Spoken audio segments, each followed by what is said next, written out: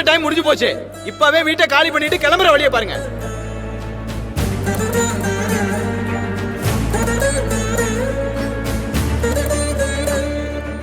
அன்பு, நடந்ததையே நினைச்சு ஏன் இப்படி டென்ஷன் ஆயிட்டு இருக்க? விட, அத கையில நீ ஹவுஸ் ஓனர் பையன்கிட்ட பேசி அனுப்பிட்டாங்கல்ல. பேசி அனுப்புனது ஒரு பக்கம் இருந்தாலும் அவன் வீடேறி வந்து எப்படிலாம் பேசி அசிங்கப்படுத்தினான். அதெல்லாம் யோசிக்கும் போதுதான் கோவமா வருது.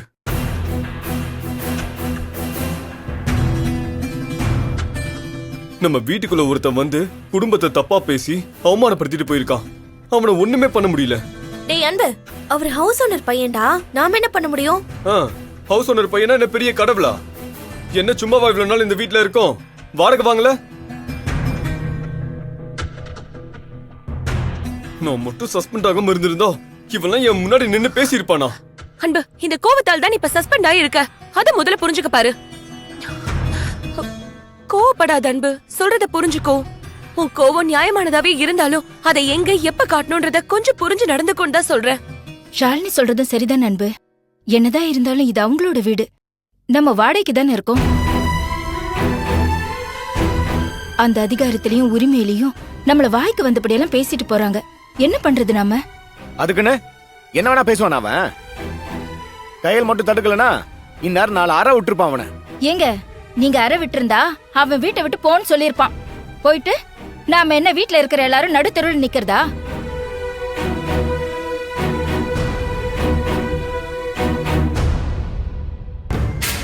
ஏங்க புரிஞ்சுக்காம எப்ப பார்த்தாலும் எடுத்தோம் கவுத்தோன்னே முடிவு பண்ணிட்டு இருக்கீங்க? பிரச்சனையை வளர்க்கறத விட அதை முடிக்கிறது தான் புத்திசாலித்தனம்.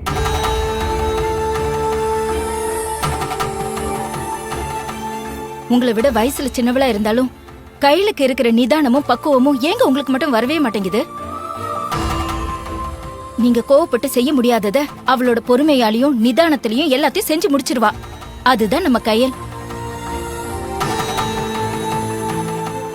இத பாருங்க, நீங்க சண்டை போட்டீங்க. அந்த ஹவுஸ் ஓனர் பையன் வீட்டை காலி பண்ணுங்கன்னு சொல்லி சண்டைக்கு தானே நின்னுட்டு இருந்தான். ஆனா கையில் பேசினதுக்கு அப்புறம் அவன் வாய் மூடிட்டு தானே போனா. அதுதாங்க நம்ம கையல். அந்த நிதானத்தை தயவு செஞ்சு நீங்களும் வர வச்சுக்கோங்க. ஏய், என் தங்கச்சி மாதிரி என்னால பொறுமையா பக்குவமா இருக்க முடியாதுதான். அதே மாதிரி அவளை பத்தி தப்பா பேசும்போது என்னால பொறுமையெல்லாம் இருக்க முடியாது.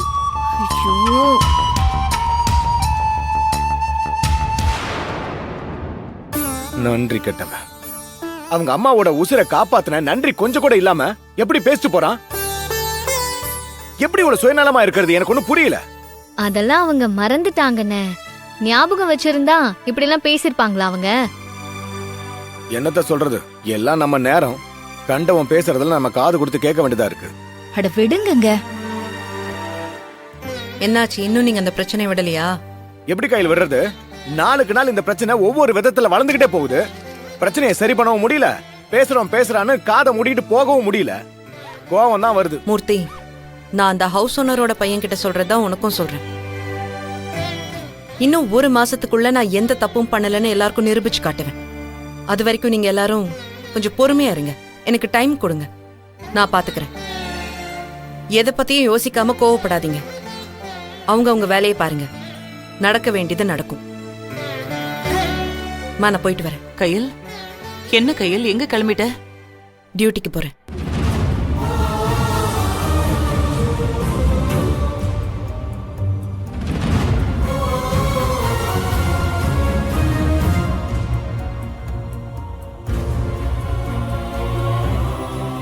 டியூட்டிக்கா?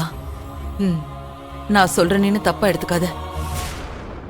இப்ப இருக்கிற சூழ்நிலையில நீ வெளியில போறது எனக்கு சரியா படல.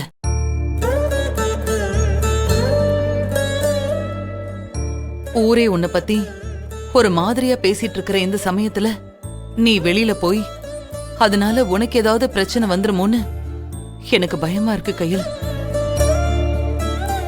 கொஞ்ச நாளைக்கு நீ வீட்லயே இருக்கிறது தான் எனக்கு சரின்னு தோணுது. ஆமா கையில், நாங்க வெளியில போனாலே அப்படி அப்படின்னு காது படவே வாய்க்கு வந்தபடி பேசுறாங்க.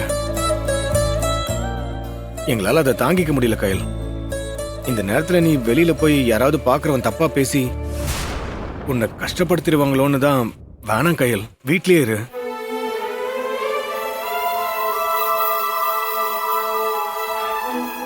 ஆமாக்கா, இந்த பிரச்சனை முடியற வரைக்கும் நீங்க இங்கேயே இருங்க.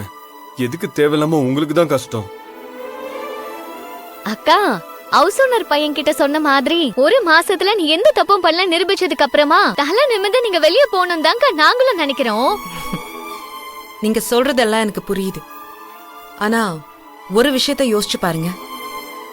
நான் இப்படியே வீட்டுக்குள்ள அடங்கி உடங்கி உட்காந்துட்டா இந்த சமுதாயம் என்ன நல்ல பொண்ணுன்னு சொல்ல போதா? இல்லல்ல.